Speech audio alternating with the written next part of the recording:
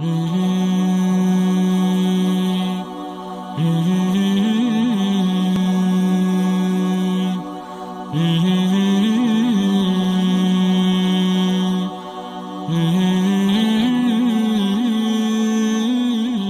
alhamdulillah, wa salatu wassalam ala rasulillah wa ala alihi wa sahbihi wa man walah.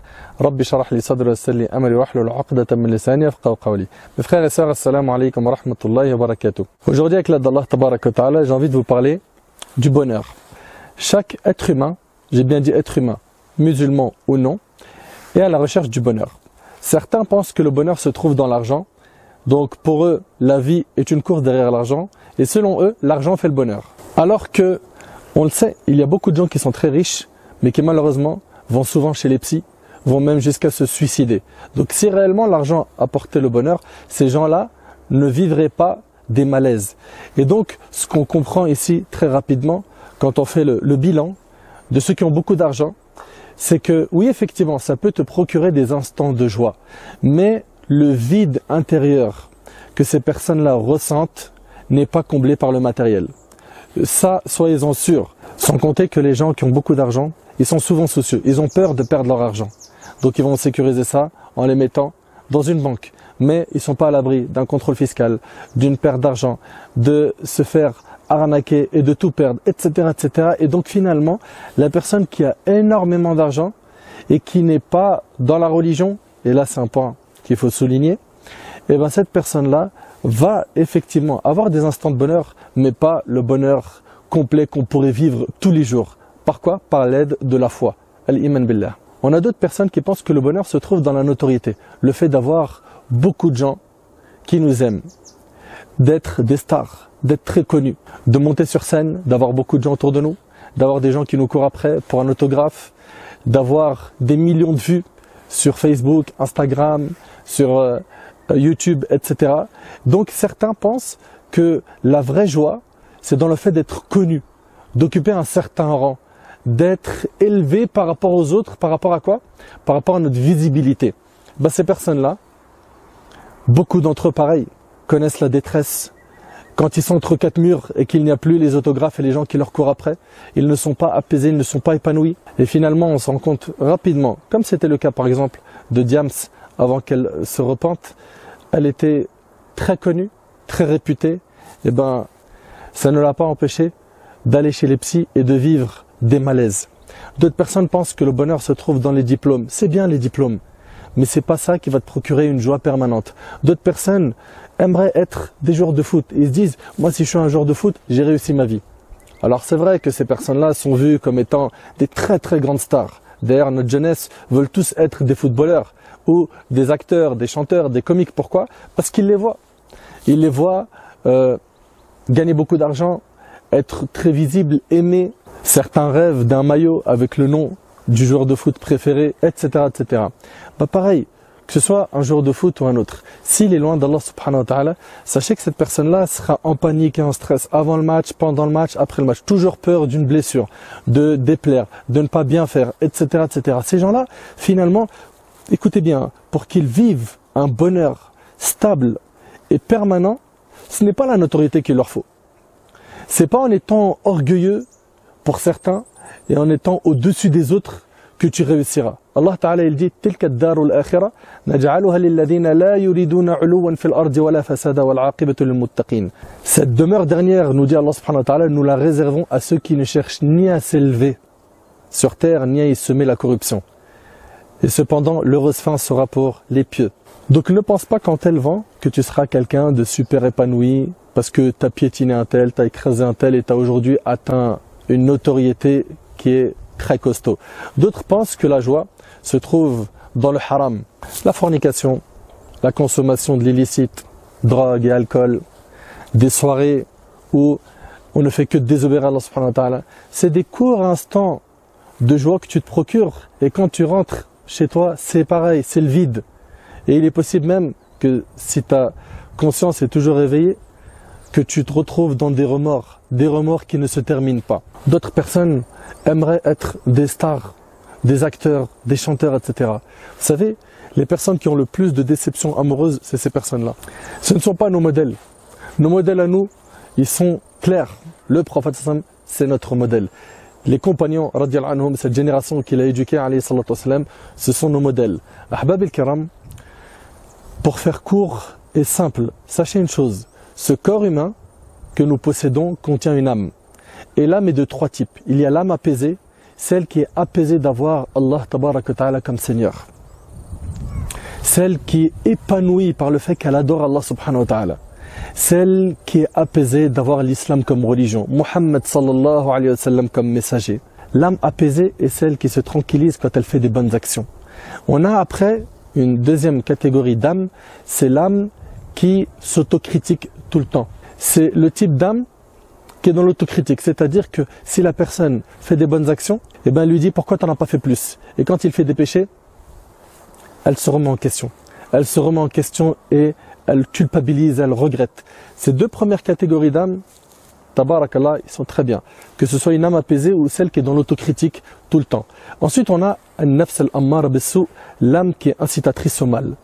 Celle-là, elle a beau faire tous les péchés du monde, le vide cruel qu'elle ressentira la rendra triste. Elle ne sera jamais heureuse. Une personne qui est loin d'Allah ne peut pas être heureuse. Pourquoi? Parce qu'Allah tabaraka ta'ala il a dit celui qui se détourne de mon rappel mènera certes une vie pleine de gêne. Toi qui t'es détourné de la religion d'Allah, tu es en train de vivre la gêne, tu es en train de vivre la tristesse. Toi qui veux t'apaiser et qui veux vivre heureux, tu as pris une mauvaise route. Parce que le bonheur, c'est Allah subhanahu wa ta'ala qui l'a créé. Et si tu le veux, il faut lui demander. Et il y a des codes pour avoir ce bonheur. Allah tabaraka ta'ala, il nous a tout expliqué. Mais tu n'as pas utilisé les bons ingrédients pour avoir le bonheur. Donc rapidement, comment faire pour vivre heureux? Comment faire? Parce que finalement, tu ne pourras être heureux, tu ne pourras être heureuse que lorsque tu vas connecter ton âme à Allah subhanahu wa ta'ala. Tu le sais au fond de toi, que tu as ce besoin de remplir le vide de ton cœur. Il n'y a que la religion d'Allah subhanahu wa ta'ala qui va te permettre de faire cela. Sache qu'Allah tabaraka wa ta'ala dit Man amila salihan min dhakarin aw untha wa huwa mu'min falanuhyiyannahu hayatan tayyiba. Quiconque, mâle ou femelle, fait des bonnes œuvres tout en étant croyant, nous lui ferons vivre une bonne vie. Tu veux vivre une bonne vie? Crois en Allah et fais des bonnes œuvres. Croire en Allah subhanahu wa ta'ala, c'est la chose qui va te procurer le plus de joie dans ton cœur. Le fait que tu crois en lui, en ses anges, en ses prophètes, en ses livres, au jour dernier, au destin bon ou mauvais. Ton cœur est apaisé, tu sais que ton affaire est entre les mains d'Allah. Tu sais que ce qui t'arrive, c'est Allah subhanahu wa ta'ala qui l'a voulu, qui te l'a destiné. Tu es donc apaisé. Et regarde bien, il nous dit quiconque, mâle ou femelle, fait des bonnes œuvres tout en étant croyant. Oui, faire les bonnes œuvres. Plus tu vas faire des bonnes actions, plus tu seras heureux, plus tu seras heureuse. Subhanallah, les gens, quand ils aident une personne et que cette personne leur fait une invocation, ou que cette personne leur dit tout simplement merci, je ne sais pas comment vous remercier pour ce que vous avez fait pour moi, Wallahi, ça nous procure beaucoup de joie. Faire des bonnes actions, si tu as un coup de blues, tu te sens mal, aide quelqu'un. Aide quelqu'un, tu vas retrouver la joie. Tu vas retrouver le bonheur. Donc si tu veux être heureux, fais des bonnes actions. Et quand on parle de bonnes actions, il faut commencer par quoi? La prière. Le prophète sallallahu alayhi wa sallam, il disait à Bilal, apaise-nous par la prière au Bilal. Et le prophète sallallahu alayhi wa sallam, quand il priait, il prenait son temps. Pourquoi? Parce qu'il parlait avec son bien-aimé Allah tabaraka wa ta'ala. Il savourait ce moment. Il savait qu'il était en dialogue privé avec son Seigneur, le maître des cieux et de la terre, Jalla fi'ula. Donc, premièrement, la prière. Également, le Coran. Notre relation avec le Coran. Où en sommes-nous? Le dhikr. Ala bi dhikrillah tatma'innul qulub. N'est-ce pas par l'évocation d'Allah que les cœurs se tranquillisent? N'est-ce pas par l'évocation d'Allah que les cœurs se tranquillisent? Où en sommes-nous par rapport au Coran? Où en sommes-nous par rapport au dhikr? C'est en multipliant ces adorations-là qu'on va se retrouver heureux. Multiplie le dhikr, multiplie le fait de dire Subhanallah, Alhamdulillah, La ilaha illallah, Allahu Akbar. Multiplie les lectures du Coran. Wallahi, c'est les moments où on s'apaise, où on se réjouit le cœur. Écoute le Coran, même si tu ne le comprends pas. Habitue tes oreilles à transmettre à ton cœur la parole d'Allah subhanahu wa ta'ala en l'écoutant. Écoute le Coran. Également, être utile et faire le bien autour de soi. Wa ahsinu inna Allah yuhibbul muhsinin. Soyez bienfaisants car Allah aime les bienfaisants. Sois bienfaisant autour de toi. Fais des bonnes actions. Avec les musulmans, avec les non-musulmans, avec les animaux, avec tout ce qui t'entoure. Fais des bonnes actions, tu vas te procurer de la joie. Et rappelle-toi que le prophète sallallahu alayhi wa sallam a dit les personnes les plus aimées d'Allah sont celles qui sont le plus utiles aux autres. Donc premièrement, toi qui veux le bonheur, il faut que tu te reconnectes à Allah. Tu n'as pas le choix. Connecte-toi à Allah subhanahu wa ta'ala et prends le droit chemin. Également, il faut que tu fasses des bonnes actions. Allez, arrête maintenant avec tes péchés. Il va falloir que tu aies peur d'Allah. Pourquoi tu es là en sécurité et tu n'as pas peur d'Allah subhanahu wa ta'ala et tu te dis, moi de toute façon, c'est pas grave, Allah il va me pardonner, alors que tu fais aucune cause pour qu'Allah subhanahu wa ta'ala te pardonne et tu n'as pas de garantie qu'Allah subhanahu wa ta'ala te pardonne. Tu sais, Allah subhanahu wa ta'ala il a dit, par ma puissance et ma majesté, je ne réunis pas dans le cœur de mon serviteur de peur et de quiétude. Si mon serviteur a peur de moi sur terre, je le mettrai en sécurité le jour du jugement. Et s'il se sent en sécurité sur terre, je lui ferai peur le jour du jugement. Donc Allah, fais très attention, ne sois pas à l'abri du stratagème d'Allah. Également, toi qui veux la joie, apprends à connaître Allah, apprends la religion. Pourquoi le prophète sallam dit, celui qui emprunte un chemin pour apprendre la religion, Allah lui facilite par ce chemin un accès au paradis, une voie qui mène vers le paradis. Pourquoi? Parce que quand tu apprends la religion, tu vas connaître Allah. Et plus tu vas connaître Allah, plus ta relation avec lui, elle va devenir saine. Et tu seras un bon adorateur. Et c'est ce qu'il faut cibler. Il faut que tu sois un pieux. Il ne faut pas que tu dises c'est impossible, j'ai un passé noir. C'est impossible. Moi, je suis quelqu'un, je suis perché, moi. Moi, je suis dans les péchés. Moi, tu me parles, mon frère, mais si tu savais dans quel monde je vivais, si tu savais qui je fréquentais, il n'y a rien d'impossible. Rappelle-toi une chose, c'est que dans la biographie du prophète sallam, il y a des hommes et des femmes qui ont cherché à combattre le prophète sallam et même à mettre fin à sa vie. Et Allah subhanahu wa ta'ala les a guidés. Il les a guidés et ils sont devenus des compagnons comme Hind. Hind, elle s'est convertie à l'islam. Abu Sufyan aussi. Omar ibn Khattab radiallahu anhu. Khalid ibn al-Walid qui a tenté de tuer le prophète sallallahu alayhi wa sallam. Et j'en passe. Donc ne te dis surtout pas, moi, je suis trop loin pour revenir. Non, fais l'effort. Retrousse tes manches et sache que le paradis ne s'obtient pas en étant un paresseux. Faut que tu sois quelqu'un de sérieux dans ton engagement avec Allah subhanahu wa ta'ala. Pourquoi? Car après la mort, il y a deux destinations. Soit c'est le paradis pour l'éternité, soit c'est l'enfer. Wal'iyadhu billah, qu'Allah nous en préserve et on ne sait pas combien de temps un musulman peut y demeurer. Ahbab al-Kiram, après avoir parlé des bonnes actions et avoir parlé de l'apprentissage de la religion, parlons du deuxième point. Le deuxième point qui est très important, c'est d'être satisfait du destin d'Allah. Le prophète sallallahu alayhi wa sallam a dit, et sois satisfait de ce qu'Allah t'a donné, tu seras le plus riche des gens. Apprends à être satisfait, apprends à dire alhamdulillah. Toujours là, à faire le malheureux, le triste, j'ai pas, il me manque, j'ai eu telle épreuve, telle maladie, ceci, cela. Remercie Allah, ton affaire ne porte pour toi que du bien. Et n'oublie pas que si tu te satisfais du destin, tu seras apaisé, tu vas goûter au bonheur.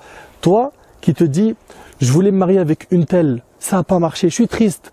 Toi ma sœur qui te dit, je voulais me marier avec un tel, j'ai pas eu ce que je voulais, je suis malheureuse, ne sois pas malheureuse. Wallahu ya'lamu antum la ta'lamun. Allah il sait et vous ne savez pas. Allah il sait où est-ce qu'il est ton bien. Il se peut que tu penses que telle chose est un bien pour toi et ça ne l'est pas. Et Allah subhanahu wa ta'ala il te l'a écarté.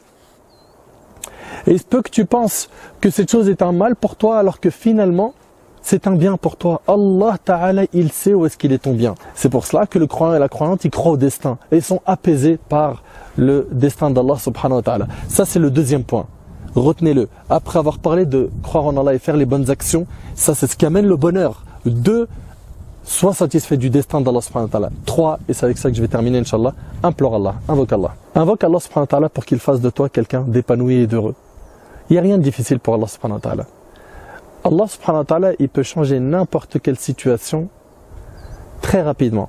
Encore faut-il lui demander. Et le prophète sallallahu alayhi wa sallam a dit, celui qui ne demande pas à Allah, Allah il se met en colère contre lui. Pourquoi tu ne demandes pas à Allah subhanahu wa ta'ala? Pourquoi tu as du mal avec ad-du'a? Ah, parce que tu n'as pas l'exaucement tout de suite. Mais quand tu fais une invocation, il y a une des trois choses qui se passent. Soit Allah subhanahu wa ta'ala, il te donne tout de suite ce que tu veux. Soit il t'écarte un mal équivalent. Soit il te garde ça pour le jour du jugement. C'est des récompenses qui t'attendent. Donc finalement, quand tu fais ad-du'a, il faut faire les doigts en étant sincère et en étant certain qu'Allah va répondre à mon invocation. Invoquer Allah en étant certain de recevoir une réponse de sa part. Azza wa Jal. Allah il est capable de tout. Également, très rapidement, toi qui veux être heureux, heureuse, fréquente des gens pieux. Le prophète m'a dit, l'homme prend la religion de son ami intime. Que chacun d'entre vous prenne garde à sa fréquentation. Il y a plein de choses qui amènent le bonheur. Dans un hadith, le prophète m'a dit, 4 choses font partie du bonheur. La femme vertueuse, la maison spacieuse, la bonne monture et le bon voisin. Il y a énormément de choses qui apportent le bonheur. Mais pour que tu obtiennes le bonheur, il va falloir que tu connectes ton âme à Allah subhanahu wa ta'ala. Et sache une chose, et c'est avec ça que je vais terminer. On a parlé des 3 types d'âme. L'âme apaisée, l'âme qui est dans l'autocritique et l'âme qui est incitatrice au mal. Sache que si ton âme t'incite à faire le mal et à t'éloigner d'Allah subhanahu wa ta'ala, c'est à toi de dresser cette âme. Cette âme-là, c'est comme un bébé. Le bébé, il passe par le lait maternel, puis après il y a le sevrage, et après il mange autre chose. À toi de faire manger à ton âme ce que Allah tabaraka wa ta'ala a voulu, à savoir les paroles d'Allah subhanahu wa ta'ala, les paroles du prophète sallam, la religion d'Allah subhanahu wa ta'ala. C'est à toi de maîtriser ton âme, c'est à toi de la prendre en main. Je vais arrêter avec la cigarette, je vais arrêter avec l'alcool, la drogue, les soirées où il n'y a que du haram, les mauvaises fréquentations, le zina, la fornication. Je vais arrêter de regarder du haram sur internet, sur mon ordinateur, etc., etc. Je vais arrêter. C'est à toi de dresser ton âme et tu en es capable. Et Allah tabaraka wa ta'ala dit قد أفلح من زكاها, a certes réussi celui qui quoi? Qui l'a purifié. Purifie ton âme, mon frère ainsi que toi, ma sœur. Reconnecte ton âme à Allah subhanahu wa ta'ala. Tu seras la personne la plus heureuse du monde. Par quoi? Par le simple fait d'avoir al-iman billah subhanahu wa ta'ala dans le cœur. Qu'Allah tabaraka wa ta'ala t'accorde le bonheur que tu recherches, mon frère ainsi que toi, ma sœur. Mais, comme je te l'ai dit, il n'y a pas de mystère. Il n'y a pas 1000 chemins qui mènent au bonheur. Quiconque, mâle ou femelle, dit Allah, fait une bonne œuvre tout en étant croyant, nous lui ferons vivre une bonne vie. C'est une promesse divine. Si tu crois en Sa Majesté Azza wa Jal, à toi de dire, allez, à partir de maintenant, après cette vidéo, on met une croix sur les péchés. S'il faut changer de numéro de téléphone, je le fais, mais il va falloir que tu changes. Comme l'homme qui a tué 99 personnes, il y avait une condition, c'est qu'il quitte la terre des gens du mal pour qu'Allah subhanahu wa ta'ala lui facilite un bon repentir et qu'il puisse par la suite continuer à bien cheminer vers Allah. Mais toi, si tu fais aucun effort et que tu veux rester comme ça, dans ta situation, en espérant que tu vas changer sans faire une cause, ça ne marchera pas. Ça ne marchera pas. Qu'Allah Ta'ala nous accorde une bonne compréhension de sa religion. Qu'Allah Ta'ala remplit nos cœurs de joie, de bonheur. Par quoi? Par la foi, par la mise en pratique de la religion d'Allah Subhanahu wa Ta'ala. هذا والله أعلم سبحانك اللهم وبحمدك أشهد أن لا إله إلا أنت أستغفرك وأتوب إليك جزاكم الله خير. Je vous aime pour Allah Subhanahu wa Ta'ala et de tout mon cœur, vraiment, je vous souhaite la félicité ici-bas et dans l'au-delà. وآخر دعوانا الحمد لله رب العالمين والسلام عليكم ورحمة الله وبركاته.